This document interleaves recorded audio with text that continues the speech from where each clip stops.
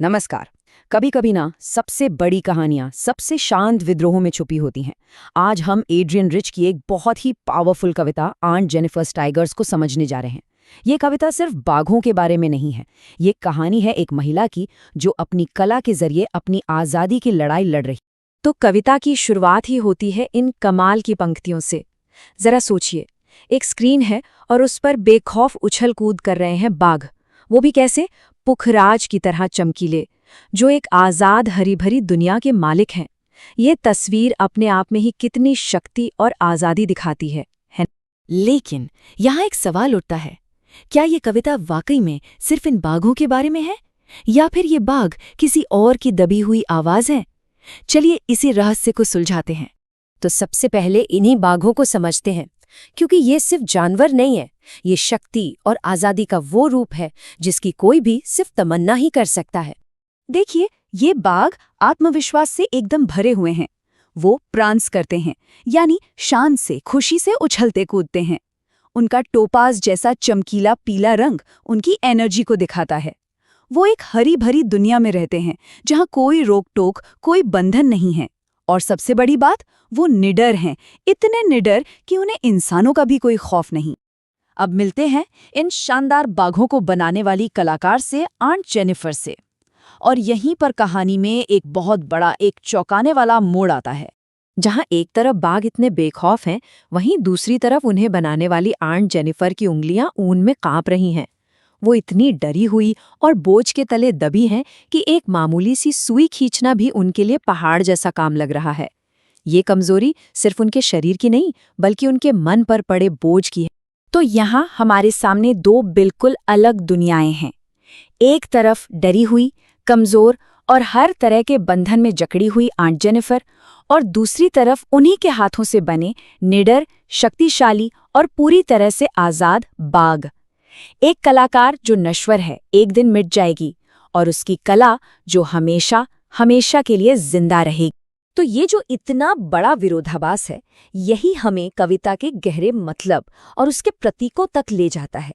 असल में ये प्रतीक ही हमें बताते हैं कि ये कविता पितृसत्ता यानी पेट्रियार्की पर एक कितनी शक्तिशाली टिप्पणी है।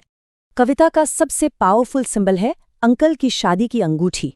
देखिए, ये अंगूठी कोई प्यार की निशानी नहीं है, बल्कि एक मैसिव वेट है, एक बहुत भारी बोझ। ये उस समाज की बेड़ियों का प्रतीक है जिसने आंट जेनिफर को बांधकर उनकी सारी आज़ादी छीन ली है। और इसी भारी बोझ के एकदम उलट ये बाघ उस आज़ाद, साहसी और शक्तिशाली व्यक्तित्व का प्रतीक है जो आंट जेनिफर असल में बनना चाहती थीं। ये बाघ उनकी वो ख्वाहिशें हैं जो कभी पूरी नहीं हो सकी, और यही उनका खामोश विद्रोह है। अब हम कविता के आखिरी और शायद सबसे दिल को छू लेने वाले हिस्से पर आते हैं, जो मौत और कला के बीच का फर्क बहुत खूबसूरती से दिखाता है। सच कहूं तो ये पंक्तियां दिल दहला देने वाली हैं। कविता कहती है कि जब आंट जेनिफर मर जाएंगी, तब भी उनके डरे हुए हाथ उन मुश्किलों की गिरफ्त में ही रहेंगे। वो शादी की अंगूठी, वो बंधन, मौत के बाद भी उनका पीछा नहीं छोड़ेगा। लेकिन ठीक यहीं कविता एक शानदार मोड़ लेती है। आंट जेनिफर शायद इस दुनिया से चली जाएंगी, पर उनके बनाए हुए बाघ वो हमेशा हमेशा के लिए उस पर्दे पर गर्व से बेखौफ होकर उछलते कूदते रहेंगे। उनकी कला उन्हें अमर बना देगी। तो आखिर इस पूरी कविता का सार क्या निकलता है? हमें इससे क्या सबक मिलता है? ये कविता हमें दिखाती है कि कैसे शादी जैसे बंधन एक महिला के लिए उत्पीड़न का जरिया बन सकते हैं। लेकिन ये हमें ये भी दिखाती है कि कला सिर्फ कोई सजावट की चीज नहीं है, बल्कि घुटन से बचने का, विरोध करने का एक जबरदस्त जरिया है। ये एक दबी हुई जिंदगी और मन की आज़ादी के बीच का फर्क है। और आखिर में ये कविता हमें एक बहुत ज़रूरी सवाल के साथ छोड़ जाती है। कैसे कला खामोशी के खिलाफ एक विद्रोह बन सकती है? कैसे ये उन लोगों की आवाज़ बन सकती है जिनकी आवाज़ दुनिया ने शायद छीन ली है? इस तरह की गहरी समझ देना ही हमारा लक्ष्य है। और अगर ये कोशिश आपको अच्छी लगी हो और आप चाहते हैं कि हम ऐसे ही मुश्किल विषयों को आसान बनाते रहें, तो इस विश्लेषण को लाइक करके हमारा हौसला ज़रूर बढ़ाएं। इसे उन दोस्तों के साथ शेयर करें जिन्हें इसकी ज़रूरत हो सकती है, और ई पाठशाला परिवार से जुड़ने के लिए सब्सक्राइब करें। हम मानते हैं कि ज्ञान बांटने से ही बढ़ता है। ये सामग्री एनसीईआरटी को कॉन्सेप्ट के साथ समझने वाले हर विद्यार्थी के लिए बहुत फायदेमंद है।